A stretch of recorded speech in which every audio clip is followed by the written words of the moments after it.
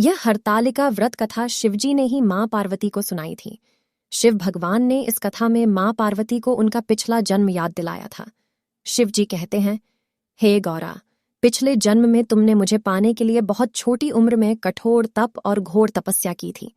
तुमने ना तो कुछ खाया और ना ही पिया, बस हवा और सूखे पत्ते चबाए। जला देने वाली गर्मी हो या कंपा देने वाली ठंड तुम नहीं हटी, डटी रही। बारिश में भी तुमने जल नहीं पिया। तुम्हें इस हालत में देखकर तुम्हारे पिता दुखी थे। उनको दुखी देखकर नारद मुनि आए और कहा कि मैं भगवान विष्णु के भेजने पर यहाँ आया हूँ। वह आपकी कन्या की से विवाह करना चाहते हैं। इस बारे में मैं आपकी राय जानना चाहता हूँ। नारद जी की बात सुनकर आपके पिता बोले, अगर भगवान विष्णु यह चाहते हैं तो उन्हें कोई आपत्ति नहीं, परंतु जब तुम्हें इस विवाह के बारे में पता चला तो तुम दुखी हो गई। तुम्हारी एक सहेली ने तुम्हारे दुख का कारण पूछा तो तुमने कहा कि मैंने सच्चे मन से भगवान शिव का वरण किया है, किंतु मेरे पिता ने मेरा विवाह विष्णु जी के साथ तय कर दिया है। मैं विचित्र धर्म संकट में हूं। अब मेरे पास प्राण त्याग देने के अलावा कोई और उपाय नहीं बचा। तुम्हारी सखी बहुत ही समझदार थी। उसने कहा, प्राण छोड़ने का यहाँ कारण ही क्या है? संकट के समय धैर्य से काम लेना चाहिए। भारतीय नारी के जीवन की सार्थकता इसी में है कि जिसे मन से पति रूप में एक बार वरण कर लिया, जीवन पर्यंत उसी से निर्वाह करें। मैं तुम्हें घनघोर वन में ले चलती हूँ, जो साधना स्थल भी है और जहां तुम्हारे पिता तुम्हें खोज भी नहीं पाएंगे। मुझे पूर्ण विश्वास है कि ईश्वर अवश्य ही तुम्हारी सहायता करेंगे। तुमने ऐसा ही किया। तुम्हारे पिता तुम्हें घर में न पाकर बड़े चिंतित और दुखी हुए। इधर तुम्हारी खोज होती रही, उधर तुम अपनी सहेली के साथ नदी के तट पर एक गुफा में मेरी आराधना में लीन रहने लगी। तुमने रेत के शिवलिंग का निर्माण किया।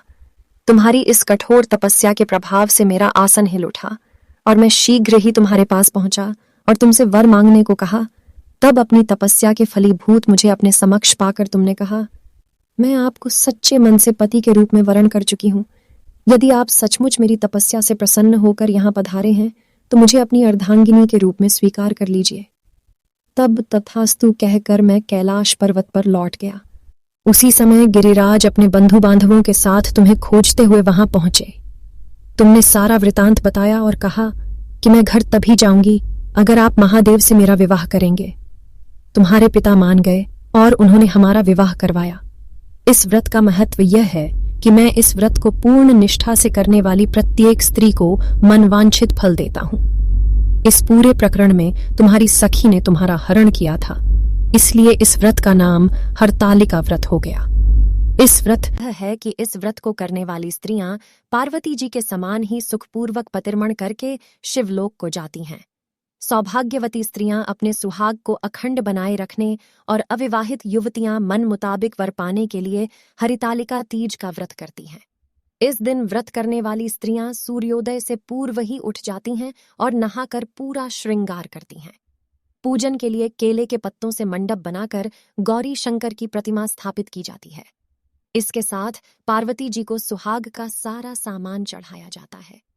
रात में भजन कीर्तन करते हुए जागरण कर 3 बार आरती की जाती है और शिव पार्वती विवाह की कथा सुनी जाती है।